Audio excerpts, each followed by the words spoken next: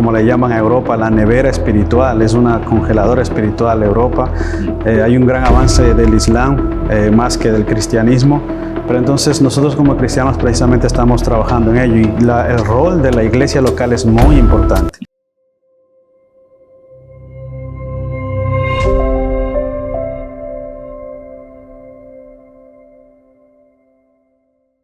Hola a todos, bienvenidos a un nuevo programa de Teología y Piedad.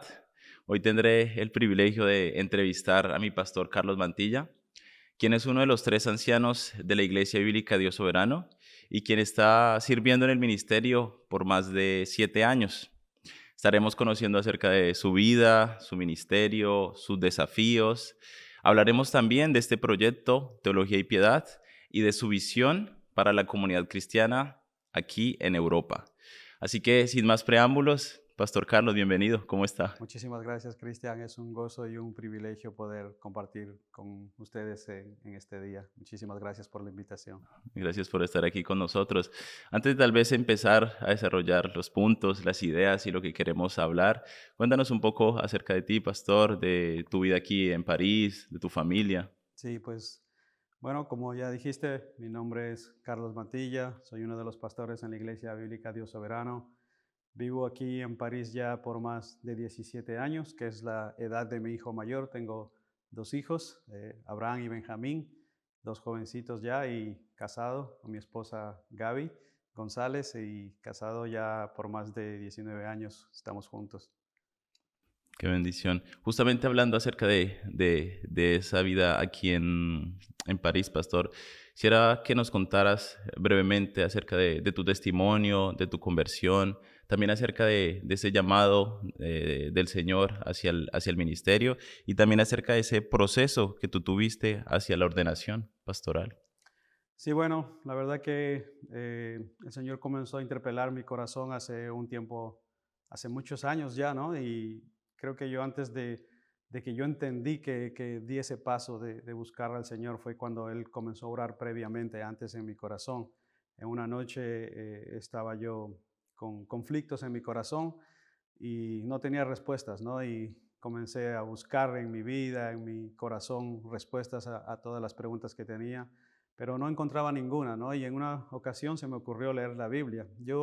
Escuchaba de Cristo, había escuchado el Evangelio, pero nunca había puesto atención acerca de leer de la Escritura, de la importancia de leer la Biblia, ¿no? Y en una ocasión, en una noche, leí la Biblia y comencé en el libro de los Hechos, y aunque había leído en otras ocasiones anteriores, nunca había entendido verdaderamente qué era lo que estaba leyendo. Entonces, pero algo interesante pasó precisamente esa noche que la recuerdo tan claramente, y es que comencé a entender lo que estaba leyendo y comencé a entender lo que estaba pasando, la trama de lo que se estaba desarrollando, el impacto que trajo a mi vida precisamente ese cambio de este hombre llamado Saulo en el capítulo 9 de los Hechos, y cómo Dios comienza a obrar en su corazón y se convierte en uno de los apóstoles más grandes en el Nuevo Testamento. Y comencé a entender todas esas cosas, la obra del Espíritu Santo, el sacrificio de Cristo en la cruz, y entendí por primera vez lo que estaba leyendo en esa noche. Creo que fue precisamente en ese mismo mes que fui a la iglesia, fui al culto, y yo ayudaba al sonidista, estaba atrás en el sonido, yo ayudaba al sonidista ahí, apenas estaba empezando yo, y el pastor estaba predicando en esa ocasión y él no había terminado, ni mucho menos, ni hizo un llamado que pasen adelante, ni nada de esas cosas, ¿no? Él estaba predicando simplemente, pero ahí atrás, en el fondo de la sala, yo entendí que el Señor me estaba llamando al arrepentimiento, estaba aplicando esa palabra, el Espíritu Santo estaba ministrando mi corazón, me estaba redarguyendo de pecado y me estaba mostrando precisamente que ese pecador que estaba ahí sentado era yo y que necesitaba un Salvador que era el que me estaban presentando, y acudí, pasé adelante, nadie me llamó, nadie me dijo pasa adelante, nada, yo pasé, me arrodillé y lo único que hice es clamar por misericordia a Dios.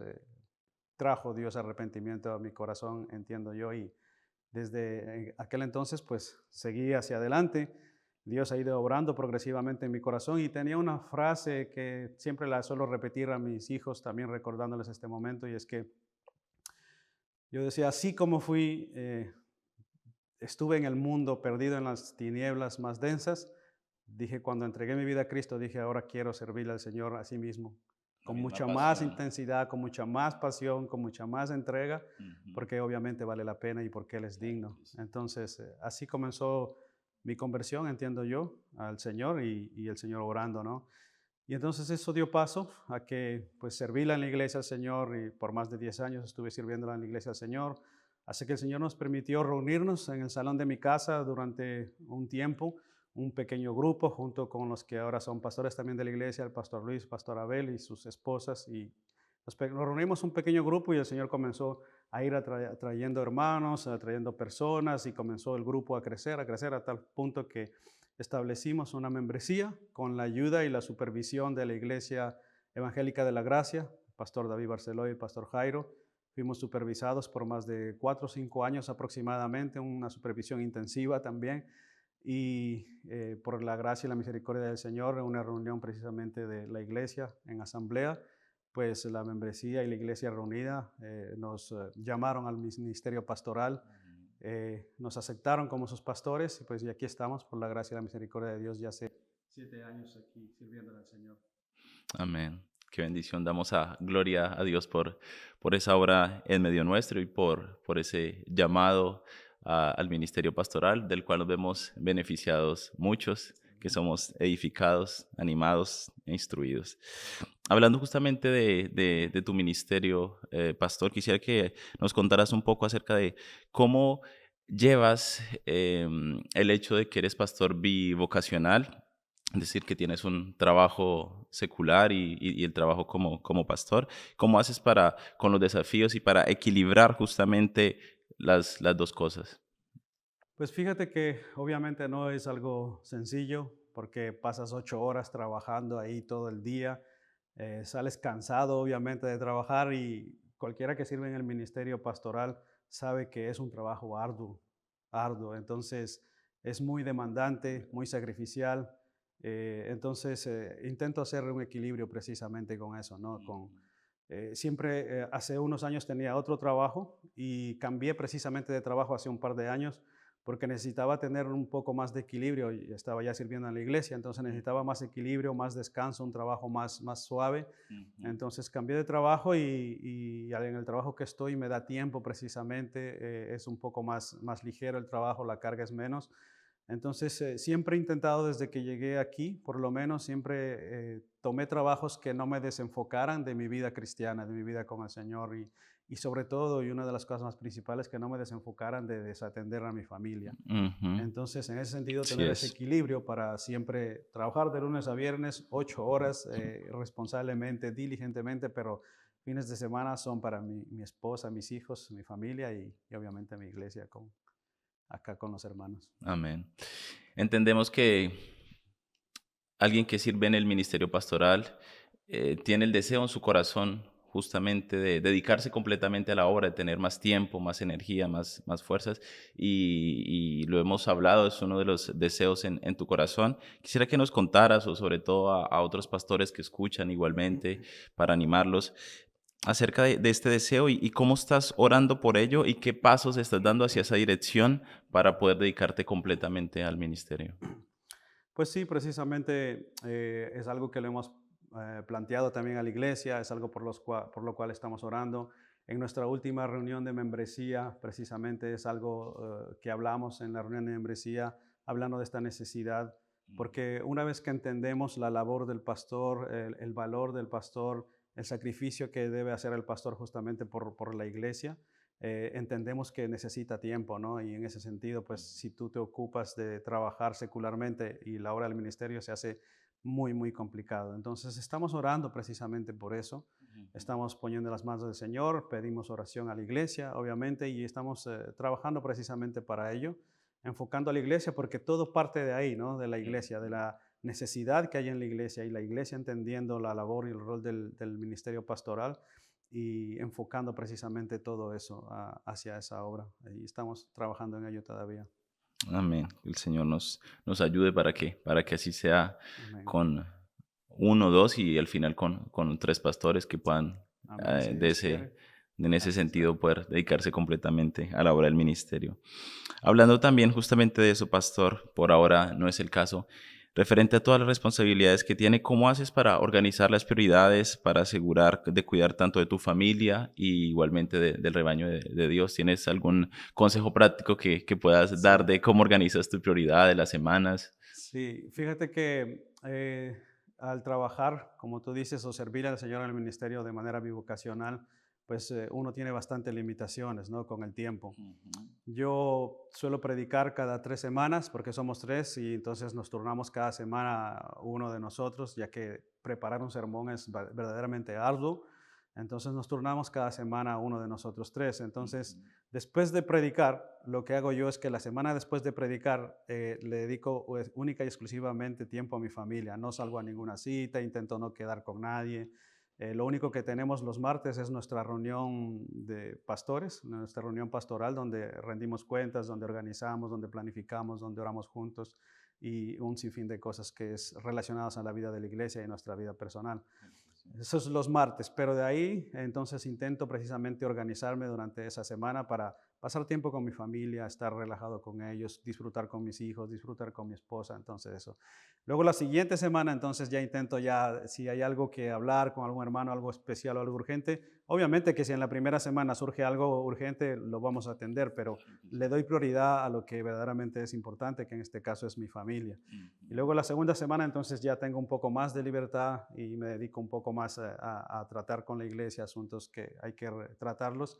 Y también empiezo igualmente a desarrollar ya mi sermón, a comenzar a estudiarlo más profundamente, así hasta cuando ya me llega mi turno de predicar ya he avanzado una gran parte.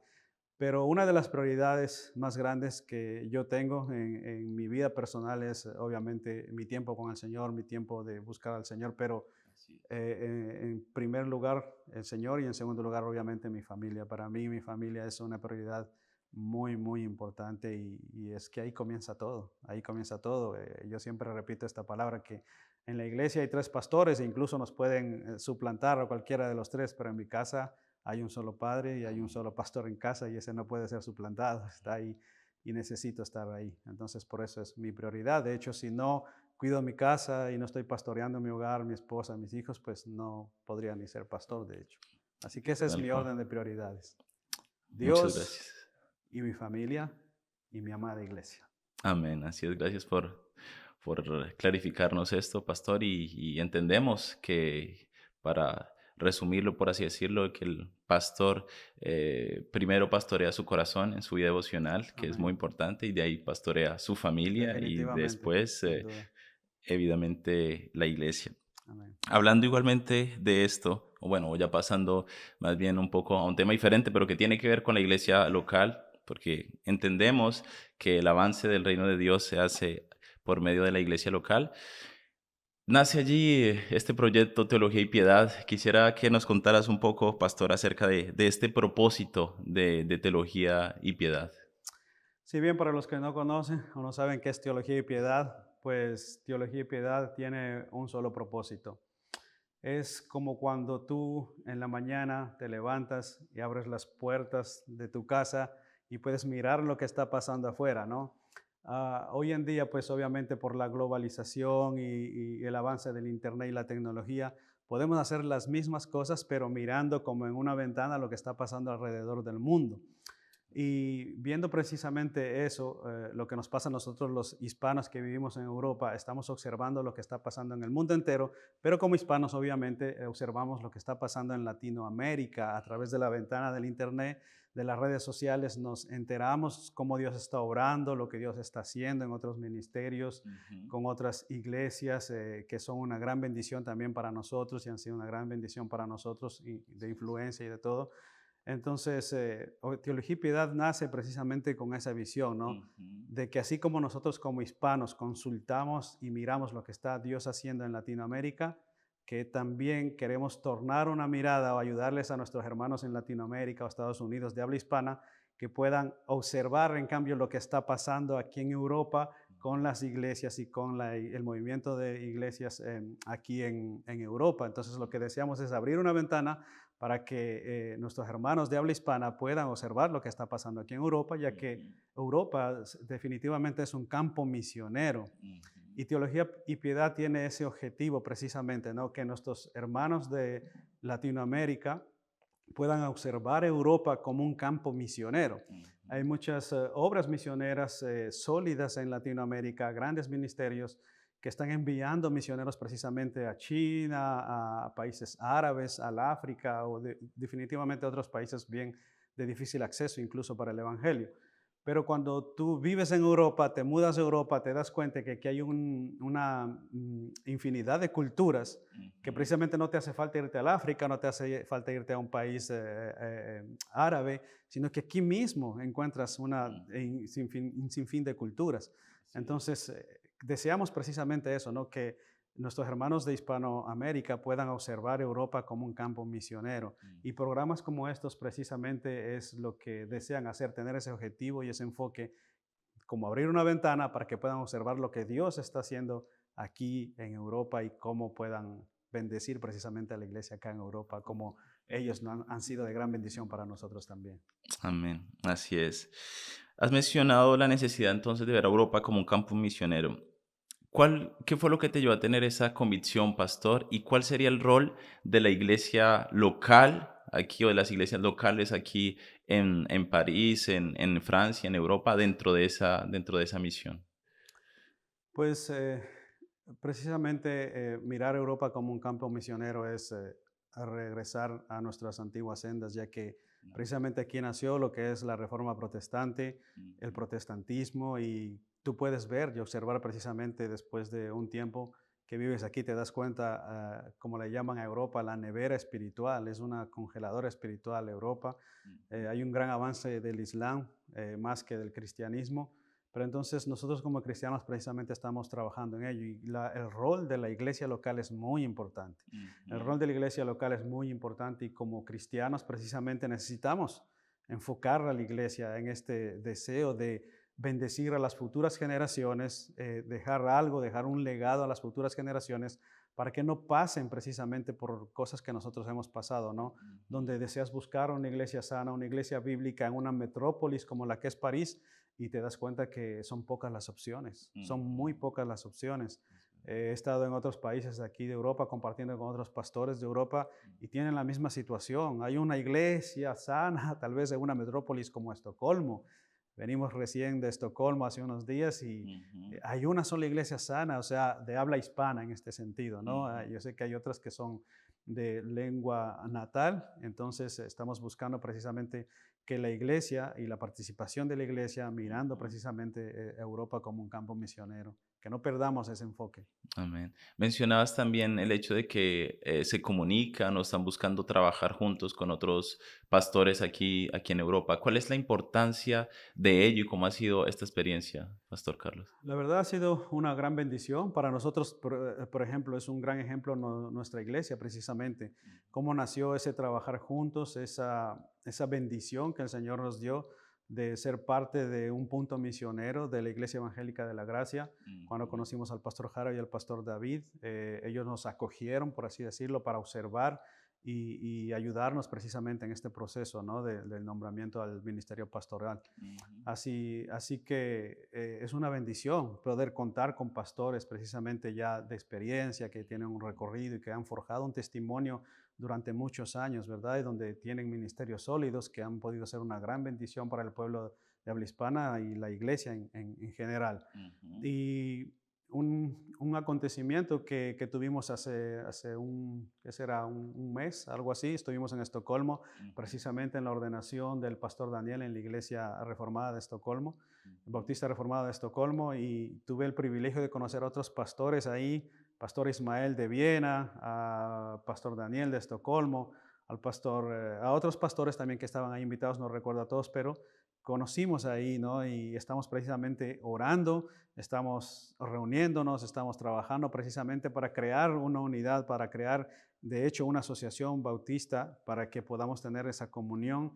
Y ya que tenemos la misma confesión de fe, entonces ahí estamos hablando, trabajando para que pueda llevarse a cabo. Y eh, de hecho doy esta noticia precisamente porque es algo por lo cual estamos orando y deseamos también invitarles a que pongan esto en oración. Y es que estamos hablando y orando precisamente crear y formar lo que sería el Seminario Bautista Reformado de Europa. Sería el primero y estamos orando precisamente para llevarlo a cabo junto con las otras iglesias y con la ayuda de Legado Bautista Confesional, Pastor Jorge Rodríguez, y estamos llevando a cabo precisamente eso, orando para que el Señor siga obrando y llevando a cabo eso.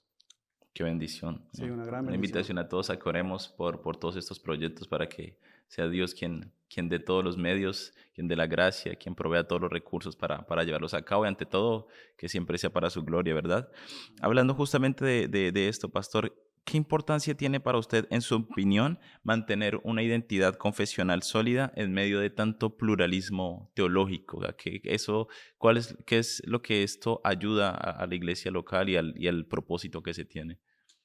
Bueno, definitivamente alguien dijo en una ocasión que las iglesias muchas veces se convierten en una recicladora.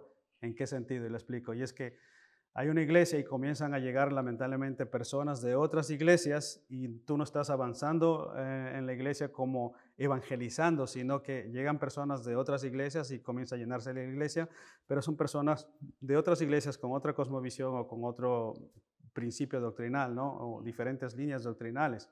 Entonces, lo que hace precisamente la iglesia local en Europa, en nuestro contexto en Europa, es que una confesión lo que hace es precisamente mantener una unidad doctrinal, que lo que nosotros necesitamos como iglesia es tener una identidad doctrinal, que la iglesia, que toda persona que llega a la iglesia sepa qué es lo que nosotros creemos. De hecho, nosotros en parte de nuestra liturgia dentro de la iglesia los domingos es que leemos un párrafo de la Confesión de Fe, la Segunda Confesión Bautista de Londres de 1689. Nosotros leemos un párrafo para que toda persona que llega, nos visita o viene por primera vez, sepa qué es lo que nosotros creemos. Entonces eso es como esta ilustración, ¿no?, de una ciudad amurallada que tiene esa protección precisamente. Una confesión de fe es precisamente eso, ¿no? Esta ilustración yo creo que es muy precisa, que protege precisamente esta unidad doctrinal que nosotros necesitamos sostener y cómo llevarlo a cabo precisamente con otras iglesias. Ujú. Yo sé que hay muy buenas iglesias, muy buenos hermanos que siempre podemos trabajar en común o servirnos o ayudarnos en común.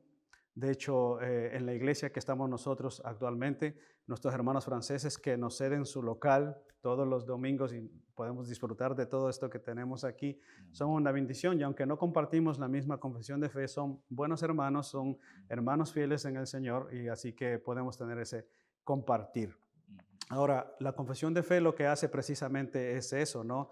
Que hay una distinción. Nosotros tenemos como iglesia local una unidad que tal vez podríamos tener con otras iglesias bautistas de la misma confesión, mucho más estrecha, pero con otras iglesias tal vez de otra denominación, lo que hace es protegernos y delinear precisamente nuestras limitaciones como iglesia, como ministerios y hasta dónde podemos colaborar, servir y ayudarnos precisamente porque el objetivo, hermanos, siempre es servir al Señor, mostrar a Cristo y servir a la obra del reino precisamente, no tanto a nuestra denominación, sino que el Evangelio sea predicado y anunciado en todo lugar. Ese es el objetivo.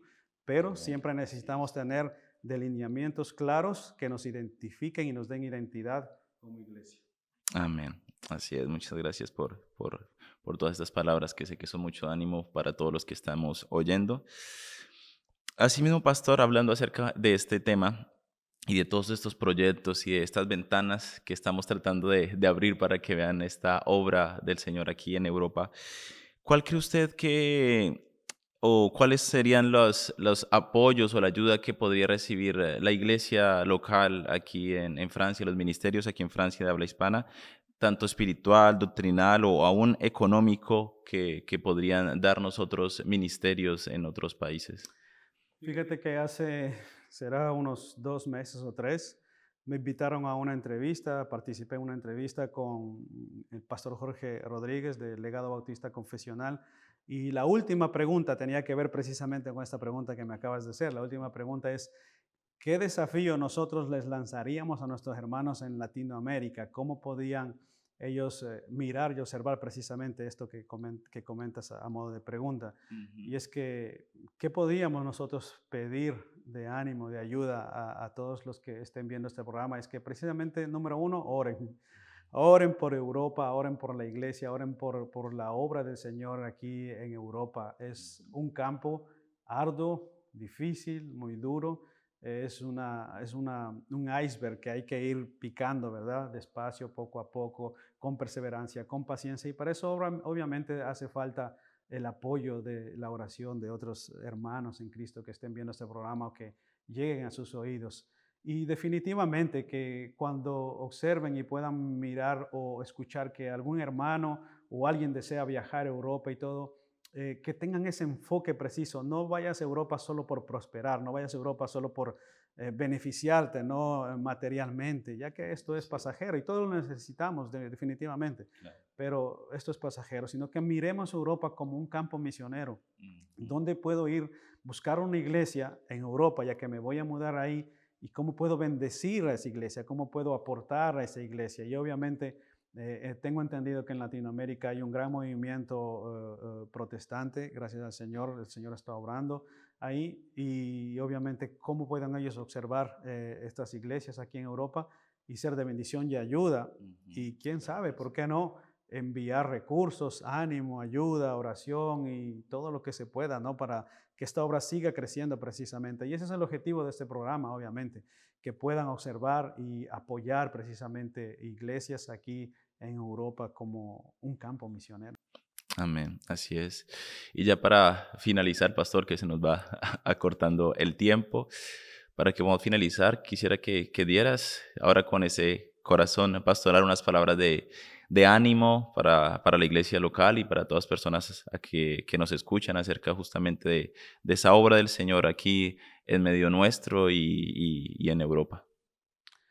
Pues unas palabras finales con respecto a todo esto que hemos venido hablando o diciendo sería más bien que nunca perdamos el enfoque de una de las misiones que tiene la iglesia, por no decir la más importante, y es que es la proclamación del Evangelio. Mateo 28:19 nos recuerda siempre que nosotros estamos bajo ese mandato y nunca debemos desenfocarnos ni olvidar eso. Así Nuestro es. objetivo como iglesia es la gran comisión, predicar el Evangelio. Y quisiera también hacerles parte de esta noticia y que pudieran orar por esto también, ya que como iglesia estamos ahora mismo orando por una plantación en Suecia, por una nueva plantación, una nueva misión en Suecia. Y este servidor tiene el privilegio de servir o de apoyar esta plantación. Mm. Así que muy posiblemente nos estemos trasladando para allá, ¿no? Hemos orado con mi familia, hemos orado con mi esposa, hemos orado con mis hijos, hemos presentado a la iglesia esta necesidad y estamos ahora mismo precisamente en oración por esto y les pedimos oración por esto. Y mis palabras de ánimo para toda persona que ve esto es, no te olvides de orar por esta obra, sobre todo esta obra misionera, esta obra de la gran comisión que como iglesia siempre debemos llevar a cabo y no desenfocarnos, porque para eso nos ha llamado el Señor, para predicar el Evangelio, ir y hacer discípulos. Y esa labor de hacer discípulos implica sacrificio, abnegación, abstención de muchas cosas y sobre todo sacrificio y abnegación. Entonces, eso implica precisamente llevar a cabo la labor de la gran comisión, el Así es. discipulado personal, Ujú. algo que nosotros siempre estimulamos mucho dentro de la iglesia es que júntate con otros hermanos que puedas discipularte, no esperes solo del pastor, ¿no? En Europa el contexto es diferente ya que nos reunimos tal vez una o dos veces por semana y no más, Ujú. porque es diferente a Latinoamérica. Entonces buscamos ese discipulado personal y siempre estamos constantemente mirando eso. Así que, iglesia, no te olvides de orar por esto y de la encomendación en la que estamos todos sujetos, que es ir a ser discípulos a las naciones, bautizarlos y predicar el Evangelio de nuestro Señor Jesucristo. Amén. Muchas gracias por estas palabras de ánimo, pastor. Muchas gracias a ustedes por habernos escuchado. Nos vemos pronto en un nuevo programa de Teología y Piedad. Que el Señor los bendiga.